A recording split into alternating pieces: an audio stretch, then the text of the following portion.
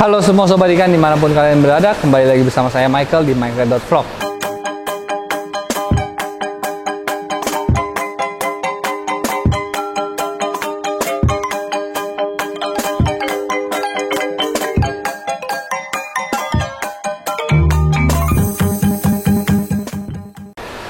Nah, kita masih di gudang ini. Tadi kita udah ngomongin masalah tanning, cuci base dan segala macamnya. Nah, ada lagi ikan yang selalu ditanya sama teman-teman, yaitu ikan yang dioperasi matanya. Gimana update-nya? Nah, beberapa ikan yang ditanya sama teman-teman, update mata sama update cakil itu, ikannya udah laku, jadi udah nggak ada. Maksudnya ikannya udah berpindah tangan. Jadi kepemilikan gitu segala macam. Akhirnya ada satu ikan yang memang kita udah operasi lagi dan ini update-nya bisa kita syuting. Nah, kita akan langsung bahas ke ikannya. Ini dia ikannya. Nah, sedikit flashback history ya tentang ikan ini. Buat teman-teman yang baru bergabung atau teman-teman yang udah nonton tapi lupa dan tidak mengenali ikannya. Ada satu ikan, ikannya udah ukuran kayaknya 50 cm ada ya. Jadi ikan ini pas pertama kali datang lumayan bagus. Dan kalau teman-teman lihat, mentalnya ini jelek banget. Kalau teman-teman bisa lihat, ikannya ini badannya sampai melengkung dan kempot banget lah gitu loh.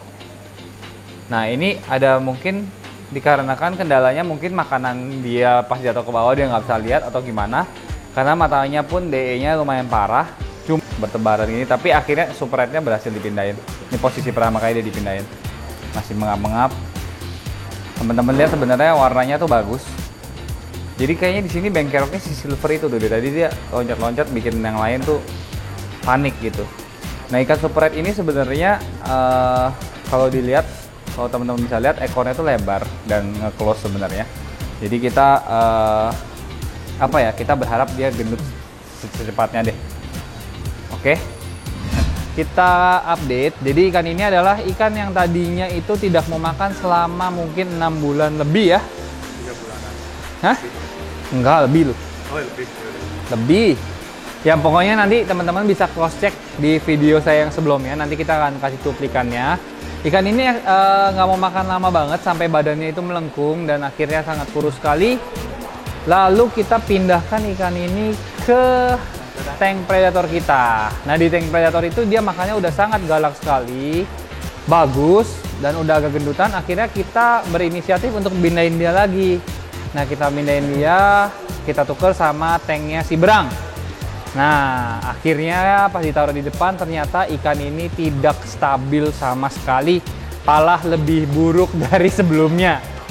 Jadi kalau teman-teman tahu, tank Berang itu letaknya di outdoor dan ada beberapa tank mate di sana, ada beberapa ikan predator. Jadi ada beberapa faktor yang membuat dia tidak stabil di sana. Salah satunya yang paling besar dan yang paling signifikan itu adalah letak tank itu yang menghadap ke pagar luar yang silaunya itu nggak karo-karoan teman-teman. Jadi kalau misalnya siang hari itu kita mau ngelihat ke arah sela-sela dari pagar itu aja, kita mungkin harus pakai kacamata hitam. Jadi karena ada pantulan cahaya dari luar, ikan ini akhirnya stres dan nggak mau makan. Nah, tadinya si ikan predator itu saya pasang, jadi ada silver sama ada pibes. Saya pasang di situ tujuannya untuk memancing dia supaya sifat intuitif predator dia kembali keluar gitu. Tapi karena dia udah terlalu stres dan akhirnya dia sama ikan predator yang lain itu malah dia yang kalah mental sama ikan predatornya. Nah, singkat cerita kita balikin dia ke tank satuan gini yang nggak ada cahaya mantul sama sekali. Walaupun sebenarnya di sini masih ada cahaya mantul dari atas sini, lampu ini. Jadi lampu ini nggak pernah saya nyalain. Sama dari situ tuh. Nah, sama dari sini sebenarnya ada pantulan. Cuman pada saat waktu itu ini dimasukin ke sini, posisinya kalau teman-teman tahu ini adalah salah satu ikan pertama yang masuk ke sini. Jadi ikan ini, akuarium ini waktu itu nggak ada cahaya sama sekali. Nah, kemarin itu saya ngakalin dia supaya nggak kena cahaya yang terlalu berlebihan itu. Waktu itu bukan saya kerodongin, karena saya nggak mau nanti pas dibuka tiba-tiba dia takut lagi, karena mentalnya udah terlalu rusak. Jadi mental ikan itu bisa diperbaiki juga kita mesti lihat case by case-nya. Kadang yang dikerodongin itu bisa kita kerodongin semuanya langsung sembuh, tapi kalau mentalnya yang udah bener-bener terlalu rusak, dikerodongin bisa, tapi akan jauh lebih lama proses baliknya.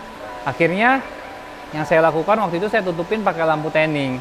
Jadi ada sisi gelapnya itu, jadi pas di tengah-tengah dia mungkin tidak begitu silau ya jadinya karena ada ketutupan hampir segini gitu. Nah terus yang kedua itu sangat penting banget, ikan ini bisa melihat ikan lainnya. Jadi pas pertama kali dia masuk, emang ikan ini udah diapit sama 2 ekor ikan.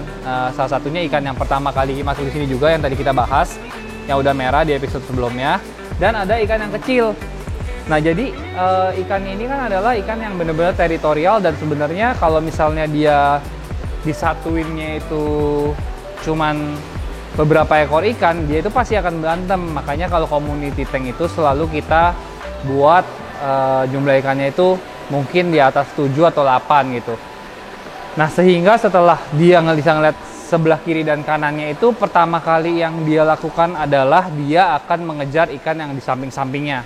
Nah dia akan mulai membalikan mentalnya tuh, dia mulai kayak, oh gue ini nature-nya memang harusnya galak loh, gue ini teritorial. Nah begitu dia udah galak, nah ini posisinya semua masih saya puasain ya. Jadi dia udah mulai ngejar-ngejar, saya lihat dia udah mulai bisa ngejar kiri, udah bisa ngejar kanan. Akhirnya saya tahan lagi dulu, saya akhirnya kasih makanan, karena ini sama-sama datangnya. Nah yang ini 2 biji ini saya kasih makan terlebih dahulu karena mentalnya nggak terlalu rusak. Jadi di ujung-ujung di pembatas ini karena nggak kita tutup, dia bisa ngelihat temennya di sebelah itu makan. Nah lama-lama kan dia lapar banget. Akhirnya saya pancing. Nah ini nggak langsung kita pakai udang. Waktu itu kita pancing pertamanya kita pakai bukan kecoa, jangkrik ya, jangkrik. Nah dia udah mau makan secara perlahan-lahan walaupun nggak gitu bagus. Nah setelah seminggu dia makan jangkrik, tiba-tiba dia jadi galak banget. Nah dia galak banget makan jangkriknya. Akhirnya kita pancing pakai jangkrik dan kecoa. Nah kecoa tujuannya untuk menggendutkan badannya si ikan ini. Nah puji Tuhannya dia mau makan. Nah hal yang terakhir saya lakukan adalah saya mancing dengan kecoa dan saya bohongin pakai udang. Jadi kita kasih makan kecoa dulu, begitu dia nyamber, kita langsung masukin udang. Jadi dia kira itu kecoa. Jadi saya nggak pakai teknik nyuap-nyuapin gitu. Akhirnya dia udah mau makan bener-bener bagus. Kenapa sih Bang cerita panjang banget? Kita kan cuma mau update mata ikannya doang. Nah ini ada hubungannya, karena setelah kita berhasil membuat ikan ini galak dan badannya agak gendutan, akhirnya lampu tanning yang tadi kita pakai untuk menutupi cahaya itu, untuk mereduce cahaya itu, kita pakai, kita buat tanning, kita nyalain. Nah hubungannya di mana Bang? Nah kan teman-teman itu tahu di rumah kalau misalnya kita tanning ikan itu, kalau misalnya kita nyalain lampu, tanning itu identik dengan membuat matanya turun. Nah setelah 2 bulan di tanning, kurang lebih posisi warnanya kayak gini. Dia udah mulai ngering, udah mulai tebel. Nah, ikan-ikan di sini itu problemnya adalah warna kiri sama warna kanan itu belang karena kita masih tanning hanya menggunakan satu lampu dan di satu sisi aja. Nah, terakhir yang kita mau ambil adalah setelah kita ngomong panjang lebar adalah matanya. Nah, teman-teman kan nanya matanya kalau di drop eye gimana, baik lagi nggak? Nah, ini adalah posisi matanya setelah dioperasi dan di tanning 2 bulan ya. Jadi sebenarnya lebih lama karena kan kita mesti mengadaptasikan ikannya dulu. Kita mesti segala macamnya, dan posisi matanya ini menurut saya masih sangat natural banget kayak gini nih. Nah buat teman-teman yang mau lihat video operasi matanya, bisa lihat di sini, juga bisa lihat, teman-teman bisa lihat sebelumnya itu kayak gimana. Nah hari ini kita khusus mau ngupdate ikan ini doang buat teman-teman tahu, buat teman-teman belajar, buat teman-teman di rumah yang masih takut kayak aduh kalau pelihara ikan gimana nih matanya drop eye. Tenang, udah ada solusinya, udah tinggal dioperasi doang. Kalau zaman dulu nggak bisa kita operasi seperti ini.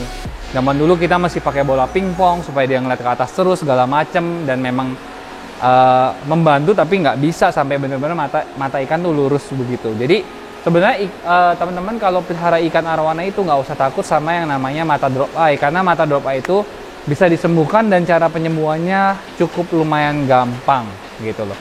Yang teman-teman mesti perhatian mungkin nanti yang lebih apa ya, kayak lebih susah dibenerin, lebih krusial, yang lebih menakutkan itu sebenarnya adalah cakil. Cakil, saya nggak tahu udah pernah bahas belum cakil ya? Belum sampai dalam. Nah, cakil kita belum pernah bahas secara dalam, nanti pasti kita akan bahas. Nah, kita akan bahas ini sama pakarnya, jadi kita nggak main-main lah. Kita kalau mau kasih kalian ilmu, pasti kasih yang terbaik.